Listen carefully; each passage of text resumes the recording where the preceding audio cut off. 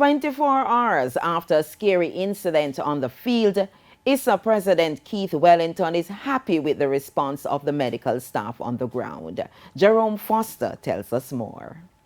A major health occurrence happened on Wednesday as Cumberland midfielder Jonathan White suffered a serious head injury in their ISSA Manning Cup contest against Campion College.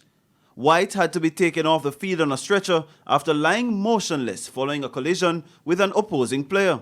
ISSA President Keith Wellington said he was relieved that the medical personnel was effective in their response to the worrying situation.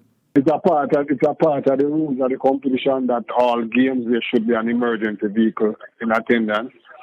We know that it is not going to be. We don't have enough ambulances in Jamaica to provide an ambulance for every game.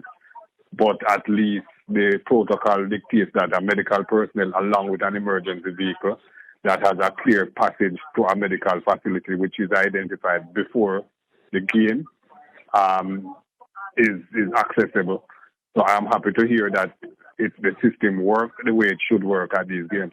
Wellington believes they are better equipped to deal with situations as they arise. We are more aware of the importance of responding to incidents like these, and therefore you are going to see when these things happen, we are now seeing a different type of reaction because people understand that it is important that these things be treated with urgency.